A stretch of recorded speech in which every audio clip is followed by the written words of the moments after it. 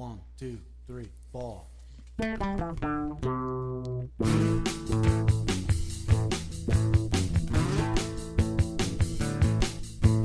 gave you all I had to give, and I've done the best I can. So now it's up to you to finish what I began. Yes, I will always love you, and I'll be there just for you. So in all that you do, my child, to yourself you must be true. So promise me that you will fight for what it is that you believe. No matter what you do in life, it's in the giving that you'll receive. Wherever the road may take you, those you meet along the way, promise me that you will count your blessings every day.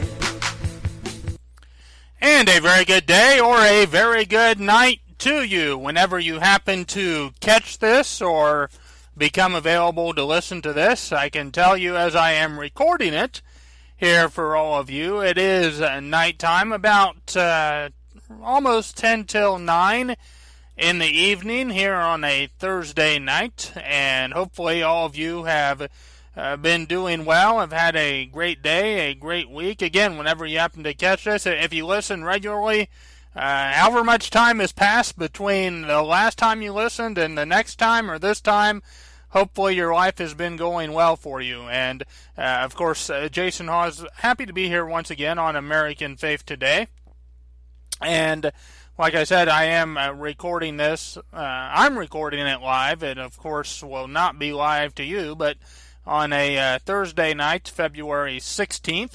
And back into the book of Daniel once again. And fortunately, give myself at least a little bit of a pat on the back, getting back to it with less time lapsing, certainly, than between basically the 9th chapter and the 10th chapter of Daniel. And the finish line is in sight, believe it or not, to this great book.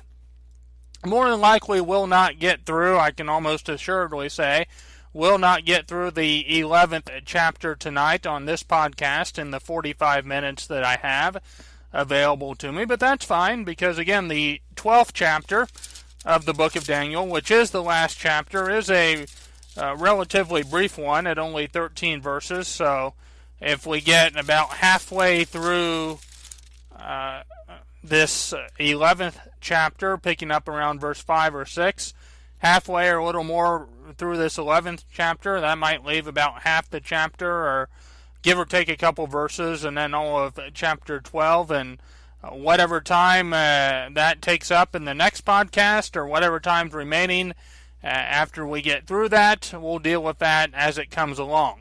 But in the last podcast, I did cover again the 10th chapter of the book of Daniel, and waded here into the 11th chapter. And the 10th chapter of Daniel was basically an introduction to this vision that we will have explained for us here in the 11th chapter. And although it is not a vision that is,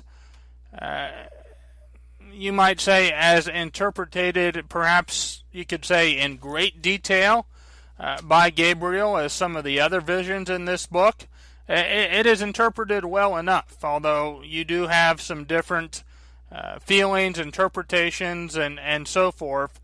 As a matter of fact,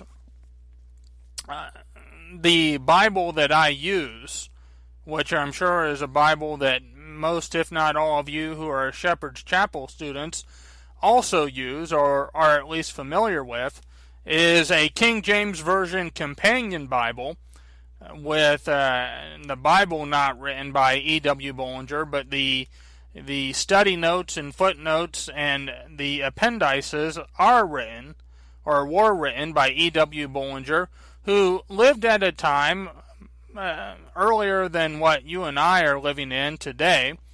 And so he looked at this 11th chapter, as no doubt I'm sure many in his day would have, as these prophecies having come to pass, as I kind of alluded to, more or less after the time, almost immediately after the time of Alexander the Great.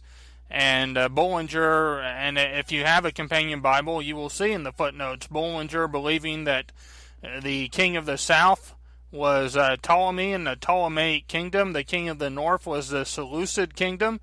And as I said, it's hard to,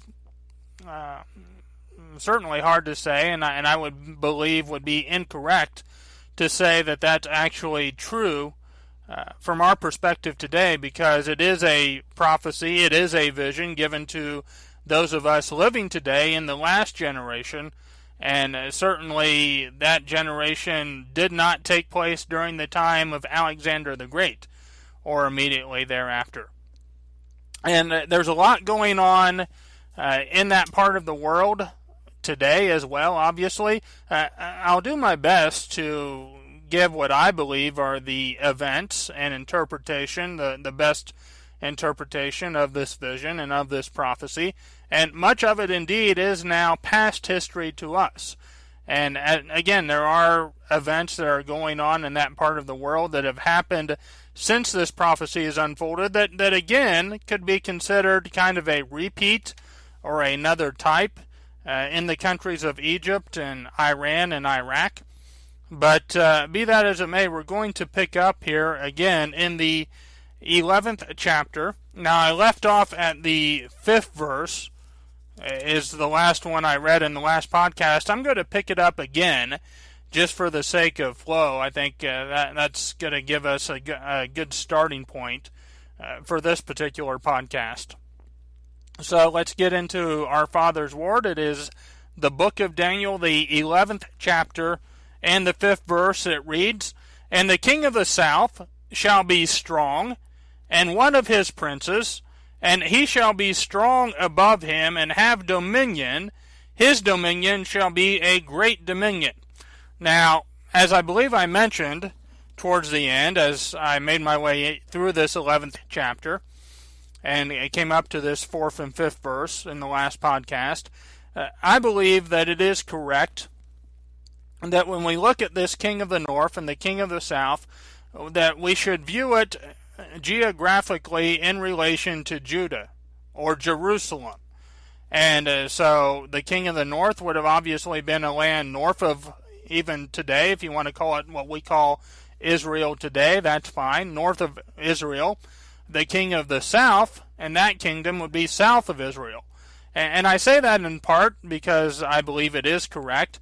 But even talking about, as I mentioned, the things that are still going on in those areas, in that region today, I saw one interpretation at a site that referred to the king of the north as Germany, which could work, but then they called the king of the south Iran, which really doesn't work if we're viewing it from that perspective of north and south of Jerusalem, of Judea, of Israel, which I believe is the way to look at it.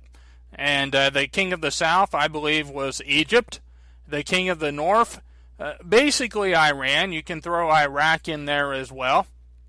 But going back to the time that the fig tree was planted in 1948, with Egypt, you had King Farouk, and he was kind of overthrown in a military coup, and you had the leader, or one of the leaders of that coup, Abdul Nasser, who basically became ruler or president over Egypt.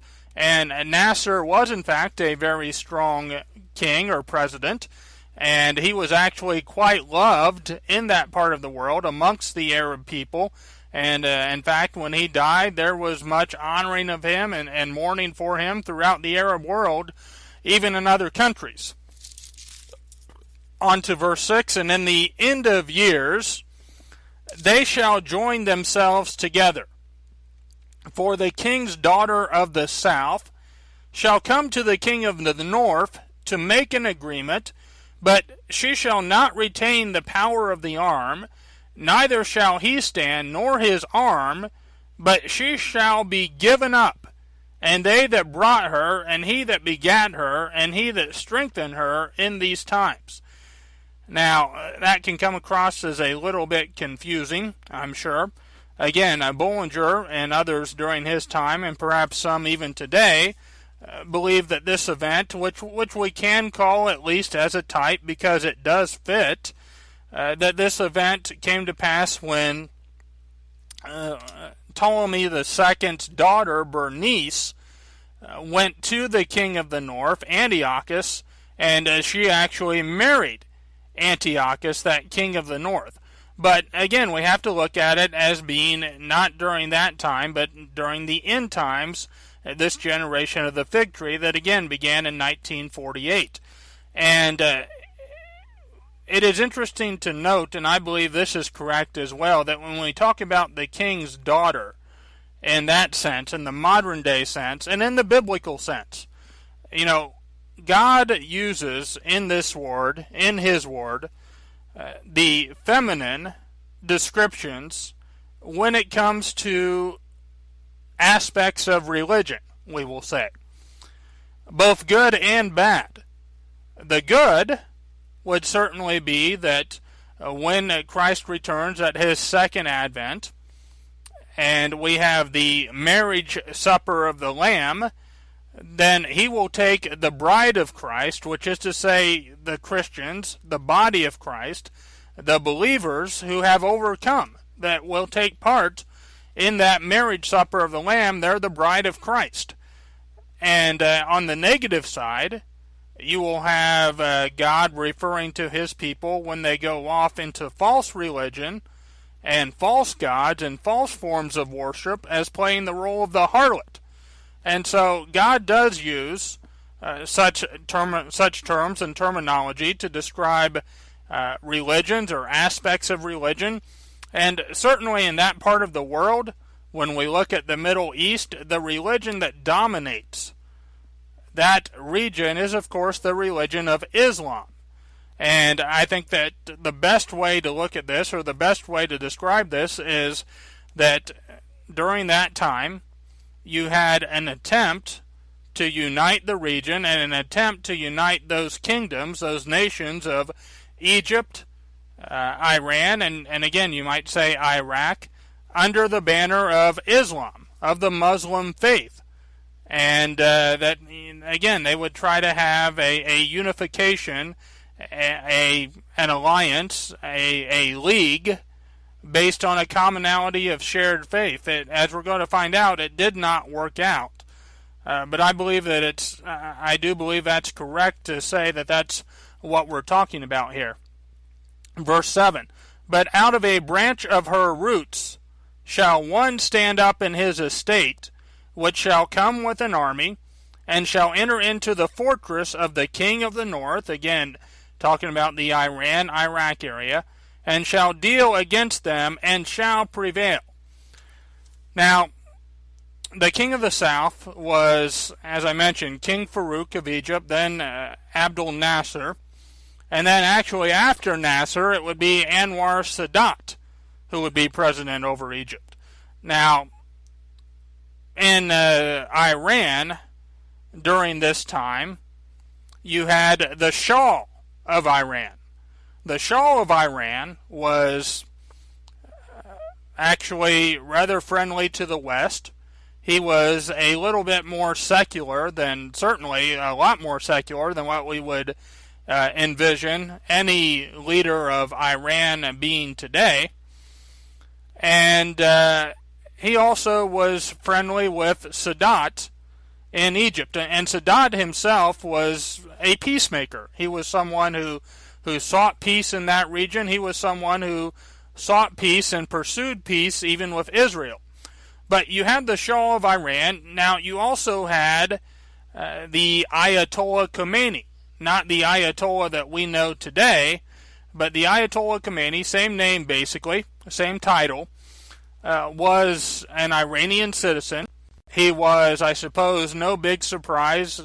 You have, of course, two branches of Islam. You have the more moderate, if you will, I suppose, Sunni branch, and you have the more fundamentalist or radical or Sharia law Shiite branch. And the Ayatollah during